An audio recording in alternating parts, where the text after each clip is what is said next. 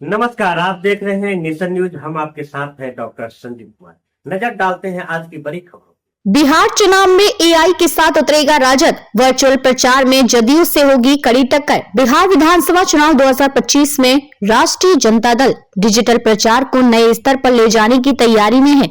मुख्यमंत्री नीतीश कुमार की party Janata Dal United ने 2020 के चुनावों में वर्चुअल प्रचार की बदौलत बढ़त बनाई थी, लेकिन इस बार तेजस्वी यादव आर्टिफिशियल इंटेलिजेंस का उपयोग कर अपनी रणनीति को और मजबूत कर रही हैं। 2022 में जदयू के वर्चुअल प्रचार का रहा था दबदबा।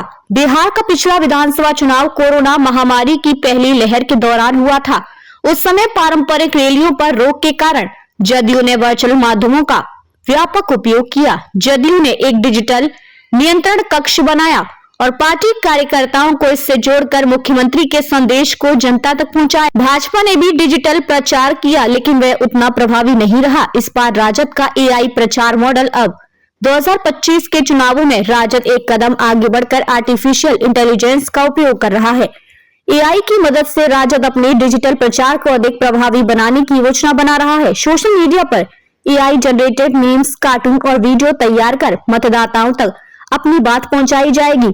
इसके अलावा मतदाताओं को उनकी प्राथमिकताओं के अनुसार संदेश भेजने की भी योजना बनाई जा रही है।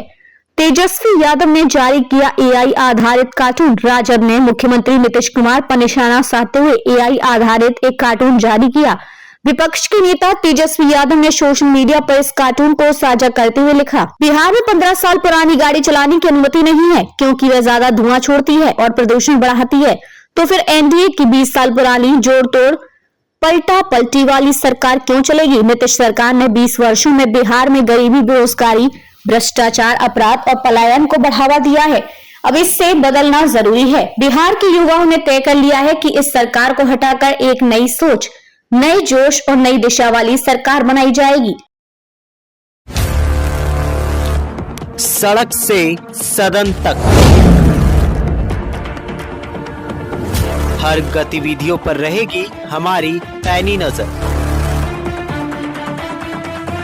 आपकी आवाज गूंजेगी चारों तरफ।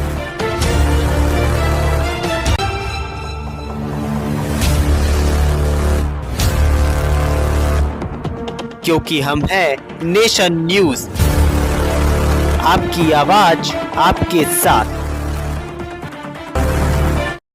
हर छोटी बड़ी खबरों के लिए बने रहे नेशन न्यूज के साथ। हम आपके साथ हैं डॉक्टर संजीव कुमार। तब तक के लिए दीजिए मुझे इजाजत। नमस्कार।